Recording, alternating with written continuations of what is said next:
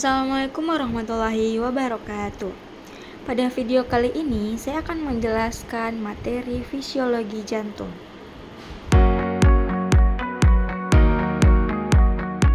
Materi pertama, siklus pompa jantung. Jantung dapat dianggap sebagai dua bagian pompa yang terpisah terkait fungsinya sebagai pompa darah. Masing-masing terdiri dari satu atrium ventrikel kiri dan satu atrium ventrikel kanan. Berdasarkan sirkulasi dari kedua bagian pompa jantung tersebut, pompa kanan berfungsi untuk sirkulasi paru-paru, sedangkan bagian pompa jantung yang kiri berperan dalam sirkulasi sistematik untuk seluruh tubuh. Kedua jenis sirkulasi yang dilakukan oleh jantung ini adalah suatu proses yang berkesinambungan. Nah, siklus pompa jantung atau siklus jantung adalah rangkaian peristiwa yang terjadi dalam satu detak jantung yang melibatkan kontraksi dan relaksasi otot jantung untuk memompa darah ke seluruh tubuh. Siklus ini terdiri dari 3 fase utama. Yang pertama, fase diastol atau pengisian jantung. Pada fase ini, otot jantung dalam keadaan relaksasi. Katup anteroventrikular atau AV atau katup mitral dan trikuspid terbuka, sehingga darah dari anterium atau serambi kiri dan kanan masuk ke ventrikel atau bilik. Selanjutnya, katup semilunar atau katup aorta dan pulmonal tertutup untuk mencegah darah kembali ke jantung dari arteri. Nah, tekanan di jantung rendah yang memungkinkan darah masuk secara pasif dari vena cava ke atrium kanan dan dari vena pulmonalis ke atrium kiri. Yang kedua, fase sistol atrium atau biasa dikenal dengan kontraksi atrium. Atrium berkontraksi untuk mendorong darah lebih banyak ke dalam ventrikel. Kontraksi atrium ini meningkatkan tekanan di atrium sehingga darah terdorong sepenuhnya ke ventrikel. Katup AV tetap terbuka sementara katup semilunar masih tertutup. Pada fase ketiga, yaitu fase sistol ventrikel atau kontraksi ventrikel. Setelah ventrikel terisi penuh, kontraksi ventrikel terjadi, di mana katup AV menutup untuk mencegah darah kembali ke atrium, menghasilkan suara loop atau suara pertama. Tekanan yang meningkatkan di ventrikel menyebabkan katup semilunar terbuka, yang memungkinkan darah dipompa keluar dari ventrikel kiri ke aorta menuju seluruh tubuh, dari ventrikel kanan ke arteri pulmonalis menuju paru-paru. Setelah darah dipompa keluar, ventrikel mulai relaksasi.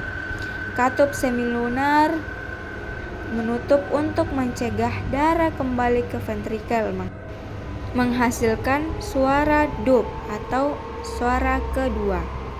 Setelah fase ini, jantung kembali ke fase diastol untuk memulai siklus berikutnya, dan siklus jantung berlangsung sekitar 0,8 detik dalam kondisi normal dengan rata-rata 60-100 kali per menit pada orang dewasa.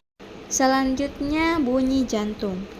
Bunyi jantung merupakan suara yang dihasilkan oleh penutupan katup jantung selama siklus jantung.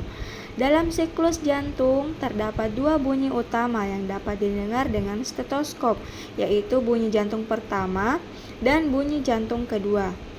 Selain itu, dalam kondisi tertentu bisa muncul bunyi jantung ketiga dan bunyi jantung keempat. Pada bunyi jantung pertama atau suara 1 yang biasanya terdengar itu seperti loop. Waktu terjadinya itu pada kontraksi ventrikel yang disebabkan oleh penutupan katup, di mana anteroventrikular atau AV, yaitu katup mitral di sisi kiri jantung dan katup trikuspid di sisi kanan jantung. Penutupan katup ini mencegah darah kembali ke atrium ketika ventrikel mulai berkontraksi untuk memompa darah ke arteri pulmonalis dan aorta. Untuk karakteristik suaranya, itu lebih panjang dan lebih rendah dibanding bunyi kedua. Pada bunyi jantung kedua, biasanya suaranya dup. Waktu terjadinya itu pada awal diastole ventrikel atau relaksasi ventrikel. Penyebabnya itu karena penutupan katup semilunar, yaitu katup aorta dan katup pulmonal. Efeknya itu mencegah darah kembali ke ventrikel setelah darah dipompa keluar ke sirkulasi sistematik melalui aorta dan sirkulasi pulmonal melalui arteri pulmonalis. Karakter suaranya itu lebih pendek dan lebih tajam dibanding bunyi pertama. Adapun bunyi tambahan yaitu pada bunyi jantung ketiga atau dengan suara gallop sound. Waktu terjadinya itu pada awal diastol setelah bunyi suara kedua yang menyebabkan pengisian cepat ventrikel yang menyebabkan getaran pada dinding ventrikel. Umumnya terdapat pada anak-anak dan remaja normal, tetapi jika terdengar pada orang dewasa bisa mengindikasikan gagal jantung atau kelebihan volume darah dalam ventrikel. Adapun karakteristik suaranya itu lembut, bernada rendah, terdengar seperti lup dup ta. Sedangkan pada bunyi jantung keempat, waktu terjadinya itu pada akhir diastol sebelum bunyi suara pertama. Penyebabnya itu kontraksi atrium yang kuat untuk mengisi ventrikel yang kaku atau tidak elastis akibat penyakit seperti hipertrofi ventrikel atau hipertensi. Dengan suara lembut bernada rendah, terdengar seperti ta lup dup ta lup dup. Sering menandakan penyakit jantung seperti hipertrofi ventrikel kiri. Adapun beberapa kondisi penyakit yang tidak normal pada suara jantung dapat terjadi pada kondisi gangguan katup, yang kedua penyakit kongenital, yang ketiga GHF, yang keempat perikarditis, dan banyak lainnya. Itu adalah suara jantung yang abnormal dan yang menandakan beberapa tanda penyakit. Selanjutnya, sistem konduksi jantung.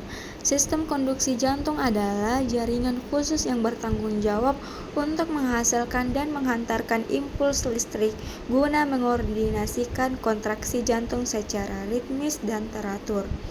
Sistem ini memastikan bahwa jantung berdetak dengan pola yang efisien, memungkinkan darah dipompa secara optimal ke seluruh tubuh. Sistem konduksi terdiri dari beberapa struktur utama yang bekerja secara berurutan dalam menghantarkan impuls listrik. Yang pertama yaitu nodus sinoatrial atau SA node, berlokasi di dinding atrium kanan dekat dengan tempat masuknya vena cava superior, dengan fungsi untuk menghasilkan impuls listrik secara otomatis dengan kecepatan sekitar 60-100 kali per menit dengan denyut jantung yang normal. Mekanismenya itu impuls listrik dari SA node menyebar melalui dinding atrium yang menyebabkan kontraksi atrium atau sistol atrium yang mendorong darah ke ventrikel. Yang kedua, jalur internodal dan konduksi atrium, berfungsi menghantarkan impuls dari SA node ke nodus atrioventrikular atau AV node. 3 jalur utamanya yaitu jalur anterior basement bundle ke atrium kiri, jalur tengah ke AV node, dan jalur posterior ke AV node, dengan efek menyebabkan depolarisasi atrium secara sinkron sebelum impuls mencapai ventrikel. Yang ketiga, nodus atrioventrikular atau AV node sebagai pengatur kecepatan, dengan lokasi di bagian bawah atrium kanan dekat dengan septum interventrikular di atas bandel His. Berfungsi menunda impuls sekitar 0,1 detik sebelum mengirimkannya ke ventrikel. kemudian memberikan waktu bagi atrium untuk menyelesaikan kontraksinya sebelum ventrikel berkontraksi.